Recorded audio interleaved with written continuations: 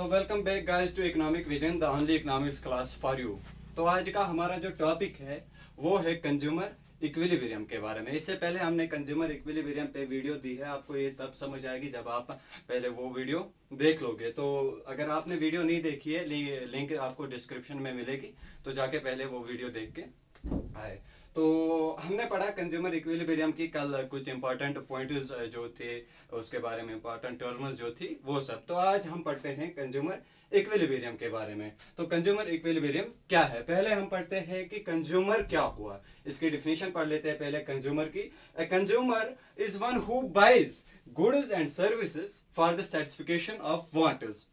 एक कंज्यूमर वो है जो कुछ खरीदता है, क्या कोई चीज कोई कमोडिटी खरीदता है अपनी वांट को सेटिस्फाई करने के लिए। फॉर एग्जाम्पल मैंने कपड़े लेने के लिए मार्केट गया, मैंने कपड़े पहनने हैं, उससे मुझे क्या मिलेगी, सेटिस्फिकेशन। तो जो कपड़े मैं खरीदता हूं, जब मैं कपड़े खरीदता हूं अपनी वांट को सेटिस्फाई करने के लिए, तब मैं क्या बन जाता हूं, एक कंज्यूमर। फॉर एग्जाम्पल हम मार्केट जाते हैं, हमें खाने के लिए कुछ लाते हैं, घर का सामान लाते हैं, क्यों, अपनी जो वांट्स है उनको सेटिस्फाई करने के लिए। अपनी वांट्स को सेटिस्फाई करने के लिए हम मार्केट जाते हैं, कुछ खरीदते हैं, तो हम क्या कहलाते हैं, कंज्यूमर्स।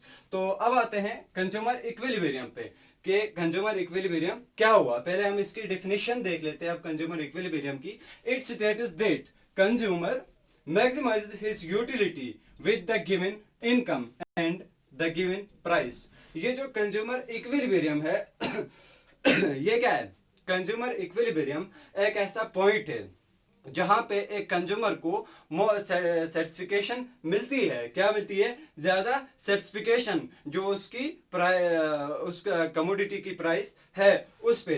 फॉर एग्जांपल मैं मार्केट गया, मैंने कपड़े खरीदे, क्या खरीदे, कपड़े। तो मुझे उससे सेटिस्फिकेशन मिली। पहली बार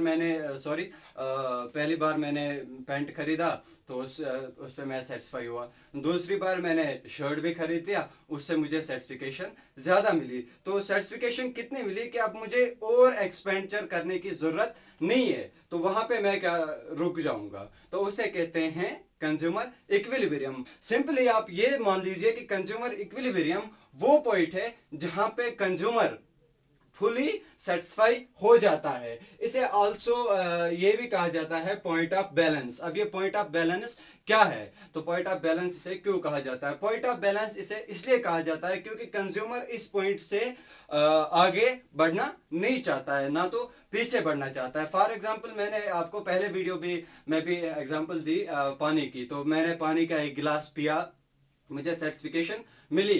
तो दूसरा गिलास पिया, थोड़ी कम सेटिस्फिकेशन मिली। तीसरा गिलास पिया, उससे थोड़ी कम सेटिस्फिकेशन, मतलब सेटिस्फिकेशन मुझे क्या धीरे धीरे कम होती गई हम मेरी सेटिस्फिकेशन। तो एट द पॉइंट ऐसा पहुंचा कि मेरी सेटिस्फिकेशन जीरो पे पहुंची। क्या हो गई, जीरो पे पहुंची। मतलब अब मुझे और कंजप्शन की जरूरत नहीं है। तो वो जो पॉइंट है उसे क्या कहेंगे, कंज्यूमर इक्विलिब्रियम। तो गाइज हम बात कर रहे थे कंज्यूमर इक्विलिब्रियम की कि कंज्यूमर इक्विलिब्रियम क्या हुआ और कंज्यूमर को इक्विलिब्रियम कहाँ पे मिलता है। तो हम अब बात करते हैं consumer equilibrium in case of one commodity. ये जो कंज्यूमर है इसका इक्विलिब्रियम वन कमोडिटी, जब ये एक ही कमोडिटी कंज्यूम करता है तब इसका इक्विलिब्रियम कहाँ पे बनता है। तो पहले ही हम इसके फैक्टर्स पढ़ेंगे, डिपेंड करता है तीन फैक्टर्स पे। तो पहला फैक्टर है प्राइस ऑफ ए कमोडिटी। ये जो कमोडिटी है इसकी प्राइस पे डिपेंड करता है। दूसरा कहता है marginal utility and total utility of A commodity. जो मार्जिनल यूटिलिटी है और टोटल यूटिलिटी ही है किस चीज की, कमोडिटीज की, जो चीज हम कंज्यूम कर रहे हैं। तो मार्जिनल यूटिलिटी, टोटल यूटिलिटी, ये सब मैंने आपको पहले वीडियो में बता दी है। तो तीसरा फैक्टर है मार्जिनल यूटिलिटी ऑफ है मनी। ये जो मनी है उसकी मार्जिनल यूटिलिटी पे। एक चीज याद रखिएगा, कंज्यूमर इक्विलिब्रियम जब भी हम पढ़े, मैंने पहले वीडियो में बताया है कि इसकी एनालिसिस होती है किस पे, रेगुलर बेसिस पे। फॉर एग्जांपल मैंने कुछ अभी कंज्यूम किया, पानी पिया मैंने, तो अभी एक गिलास पिया, इसके बाद ही दूसरा गिलास, उसके बाद ही तीसरा गिलास, बैक टू बैक मैं कंज्यूम करता गया। तो उस हिसाब से मेरी इसकी एनालिसिस होती है। अब अगर मैं बात करूंगा, अभी मैं एक गिलास पी, तो 2-3 दिन बाद और एक गिलास पी, फिर 4-5 दिन बाद और एक गिलास पी, उस पे इसकी एनालिसिस नहीं होती है। कंज्यूमर इक्विलिब्रियम की एनालिसिस किस पे होती है, रेगुलर बेसिस पे। तो आप डेफिनेशन पढ़ते हैं, consumer equilibrium in case of one commodity. Consumer is said to be in equilibrium when marginal utility of a commodity is equal to its price. Consumer एक कमोडिटी के केस पे कहां पे इक्विलिब्रियम में आएगा? तो देखिए, कंज्यूमर तब एक इक्विलिब्रियम में आएगा, एक कमोडिटी जब कंज्यूम कर रहा हो तो इसका इक्विलिब्रियम तब मिलेगा जब उस गुड की प्राइस जो है वो हो इक्वल किसके बराबर? मार्जिनल यूटिलिटी के बराबर। किसके बराबर? अगर समझ नहीं आया तो मैं फिर से समझाऊंगा। जब हम कोई गुड कंज्यूम कर रहे हैं तो उसकी जो प्राइस है उसके बराबर जब मार्जिनल यूटिलिटी आएगी तब कंज्यूमर क्या कहलाएगा? In equilibrium. तो यहां से वो चेंज नहीं जाएगा। फॉर एग्जाम्पल, मैंने बहुत ज्यादा भूख लगी है। क्या लगी है? भूख लगी है। तो मैंने कंज्यूम कर रहा हूँ कुछ खाने के लिए, रसगुल्ले फॉर एग्जांपल मैंने कंज्यूम किए, 5 रुपए से प्राइस क्या रहेगी? कांस्टेंट रहेगी। एज ऑप्शन में आएगा, मैं आगे पढ़ाता हूँ। तो प्राइस मेरे पास 5 है। तो 5 रुपए से मैं पहली बार कंज्यूम कर रहा हूँ, फर्स्ट टाइम, तो मुझे यूटिलिटी मिल रही है 18 की। क्या मिल रही है? 18 की। फिर जब मैं दूसरी बार उन्हीं 5 रुपए से कंज्यूम कर रहा हूँ, मुझे यूटिलिटी मिल रही है 16 की। फिर तीसरी बार कंज्यूम की, यूटिलिटी मुझे मिली कितनी? 10। फिर जब फोर्थ टाइम मैंने कंज्यूम की, मुझे यूटिलिटी मिली 5। क्या मिली? 5। मैंने पहले बताया आपको कि मार्जिनल यूटिलिटी डिमिनिश होती है। तो सर्टिफिकेशन कि आप अगर पानी का एक गिलास पियोगे, आपको प्यास लगी है बहुत ज़्यादा, तो आपको सर्टिफिकेशन मिलेगी। तो उसके बाद अगर ज़्यादा सर्टिफिकेशन मिलेगी, उसके बाद अगर दूसरा गिलास पियोगे उससे सर्टिफिकेशन कम मिलेगी, धीरे धीरे कम होता जाएगा। तो मैं बहुत ज्यादा भूख लगी थी, मैंने 5 रुपए के हिसाब से पहला वाला रसगुल्ला लिया। उसमें मुझे 18 यूटिल्स मिले यूटिलिटी के। फिर 16 यूटिल्स, फिर 5 रुपए में 10 यूटिल, फिर 5 रुपए में 5 यूटिल। यहाँ पे ये जो पॉइंट है, यहाँ पे प्राइस जो थी मैंने रसगुल्ला खरीदा था, कमोडिटी थी, उसकी जो प्राइस थी वो किसके बराबर थी? यूटिलिटी के बराबर। किसके बराबर? मार्जिनल यूटिलिटी के बराबर। तो कंज्यूमर तब इक्विलिब्रियम में आता है इन केस ऑफ वन कमोडिटी जब उसके कमोडिटी की प्राइस किसके बराबर आए?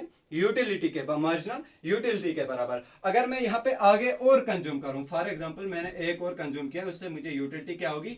डाउन होगी, 3 होगी, 2 होगी, 0 होगी और क्या होगी? नेगेटिव। इसलिए अब यहाँ से मुझे यूटिलिटी कम मिल रही है तो मैं यहाँ से कंज्यूम नहीं करूंगा, मैं यहाँ पे रुक जाऊंगा।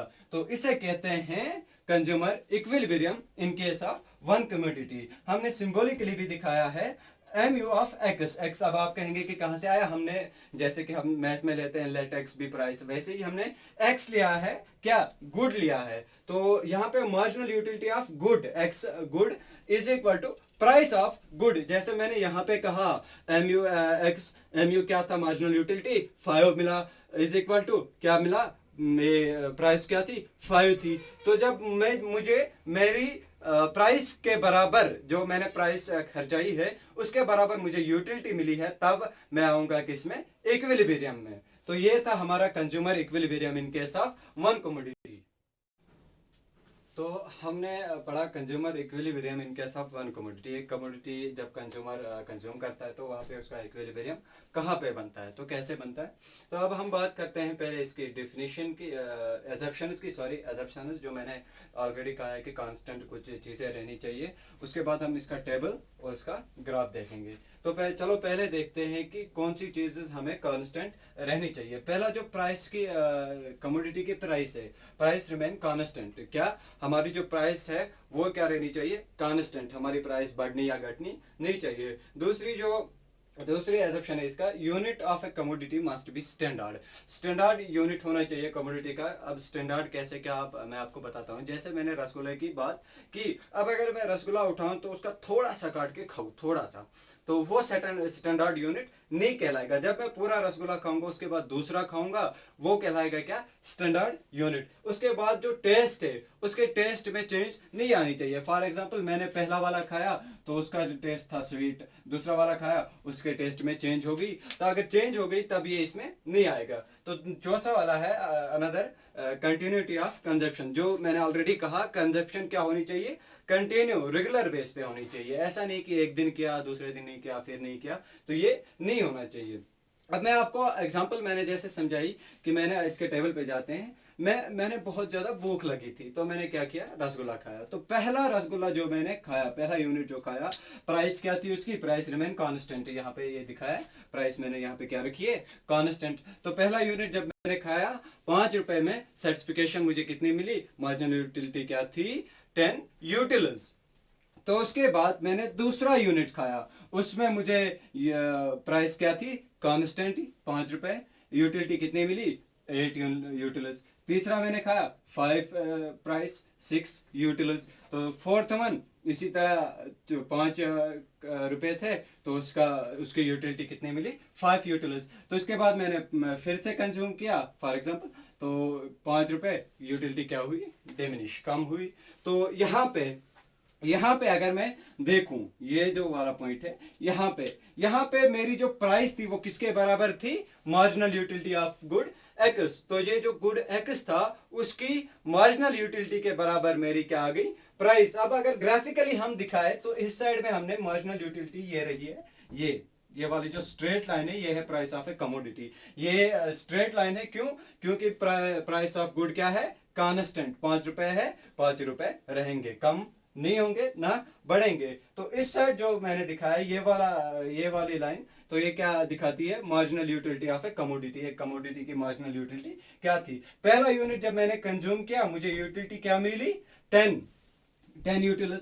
तो उसके बाद दूसरा यूटिल का मैंने कंज्यूम किया, उससे यूटिलिटी क्या मिली, 8 यूटिल्स। फिर तीसरा यूनिट में मैंने कंज्यूम किया, उसमें यूटिलिटी मुझे क्या मिली, 6 यूटिल्स। फिर उसके बाद मैंने फोर्थ वाला जब कंज्यूम किया, यहाँ पे ये जो लाइन MU इंटरसेक्ट कर रही है किसको, प्राइस ऑफ ये प्राइस वाली लाइन को यहाँ पे इंटरसेक्ट कर रही है फोर्थ वाला।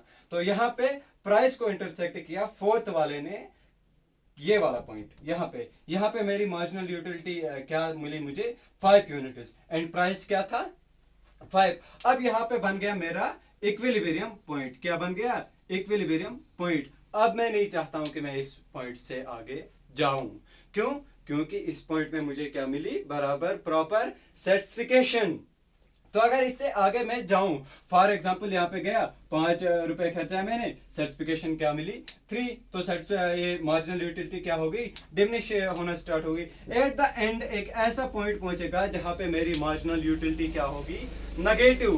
तो यहाँ पे ये हमें दिखा रहा है कि एक कंज्यूमर का equilibrium in case of one commodity पे कहाँ पे और कैसे बनता है, ये जो मैंने ग्राफिकली भी दिखाया आपको और टेबुलरली भी दिखाया। तो आज के वीडियो में हमने पढ़ा कंज्यूमर क्या होता है, कंज्यूमर इक्विलिब्रियम क्या होता है, consumer equilibrium in case of one commodity कहाँ पे बनता है, इसकी कुछ assumptions पढ़ी और इस टेबुलरली हमने आपको दिखाया एंड ग्राफिकली हमने आपको दिखाया। तो अगर वीडियो अच्छी लगी लाइक कमेंट एंड शेयर करना ना भूले, तो प्लीज चैनल को भी सब्सक्राइब करिएगा।